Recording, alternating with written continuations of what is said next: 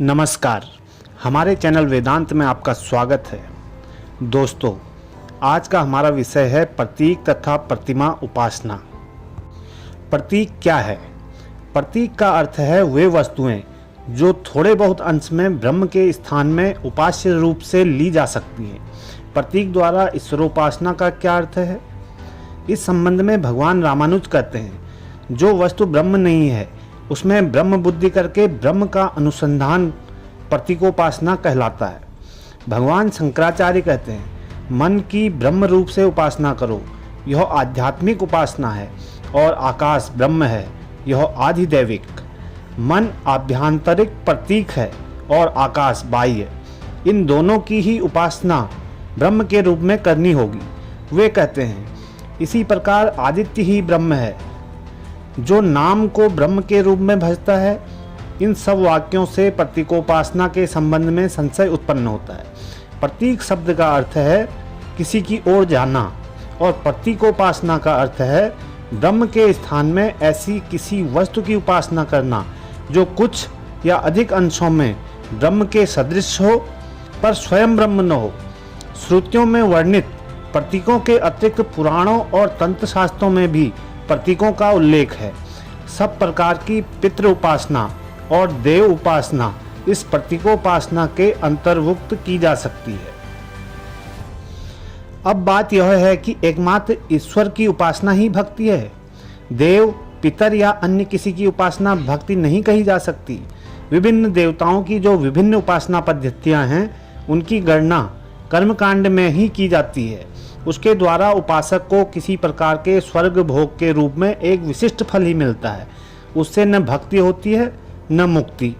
इसलिए हमें एक बात विशेष रूप से ध्यान में रखनी चाहिए कि जब कभी दर्शन शास्त्रों के उच्चतम आदर्श पर ब्रह्म को उपासक प्रतीकोपासना द्वारा प्रतीक के स्तर पर नीचे खींच लाता है और स्वयं प्रतीक को ही अपनी आत्मा, अपना अंतर्यामी समझ बैठता है, तो वह संपूर्ण रूप से लक्ष्य भ्रष्ट हो जाता है।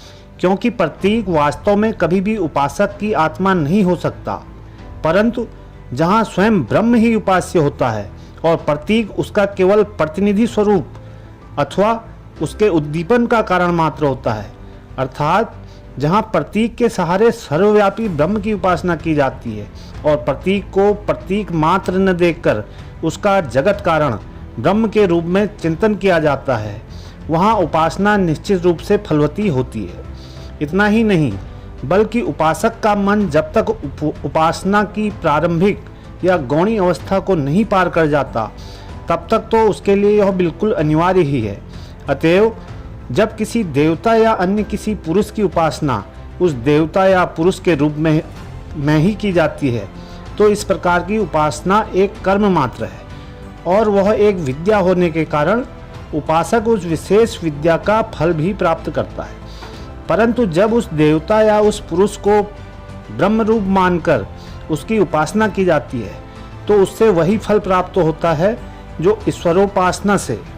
इसी से यह स्पष्ट है कि श्रुतियों और स्मृतियों के अनेक स्थलों में किस प्रकार किसी देवता, महापुरुष अथवा अन्य किसी अलौकिक पुरुष को लिया गया है और उन्हें उनके देवत्व आदि स्वभाव से ऊपर उठा उनकी ब्रह्म रूप से उपासना की गई है।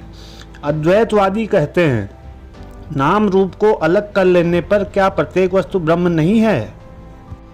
विशिष्टाद्वैतवादी कहते हैं, वे प्रभु क्या सबकी अंतरात्मा नहीं है? शंकराचार्य अपने ब्रह्म सूत्र भाष्य में कहते हैं, आदित्य आदि की उपासना का फल वह ब्रह्म ही देता है, क्योंकि वही सबका नियंता है। जिस प्रकार प्रतिमा में विष्णु दृष्टि आदि करनी पड़ती है, उसी प्रकार प्रतीकों में भी ब्रह्म दृष्टि करनी पड़ती है। अतएव समझना होगा कि यहाँ पर वास्तव में ब्रह्म की ही उपासना की जा रही है। प्रतीक के संबंध में जो सब बातें कही गई हैं, वे सब प्रतिमा के संबंध में भी घटती हैं। अर्थात यदि प्रतिमा किसी देवता या किसी महापुरुष की सूचक हो, तो ऐसी उपासना भक्ति प्रसूत नहीं है और वह हमें मुक्ति नहीं दे सकती। पर यदि वह उसी एक परमेश्वर की सूचक हो, तो उस उपासना से भक्ति और मुक्ति दोनों प्राप्त हो सकती है। संसार के मुख्य धर्मों में से वेदांत, बौद्ध धर्म और ईसाई धर्म के कुछ संप्रदाय बिना किसी आपत्ति के प्रतिमाओं का उपयोग करते हैं केवल इस्लाम और प्रोटेस्टेंट यही ऐसे दो धर्म हैं जो इस सहायता की आवश्यकता नहीं मानते।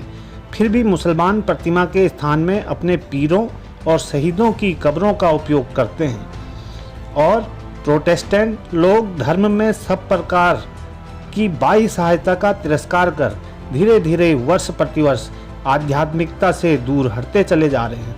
यहाँ तक कि प्रोटेस्टेंटों और केवल नीतिवादी कॉम्टे के शिष्यों तथा अज्ञेयवादियों में से कोई भेद नहीं रह गया है।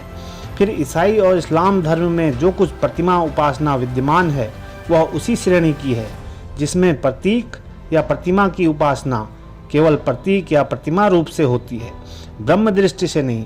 अतएव वह कर्मानुष्ठान के ही समान है, उससे न भक्ति मिल सकती है न मुक्ति। इस प्रकार की प्रतिमा पूजा में उपासक ईश्वर को छोड़ अन्य वस्तुओं में आत्मसमर्पण कर देता है और इसलिए प्रतिमा, कब्र, मंदिर आदि के इस प्रकार उपयोग को ही सच्ची मूर्ति पूजा कहते हैं।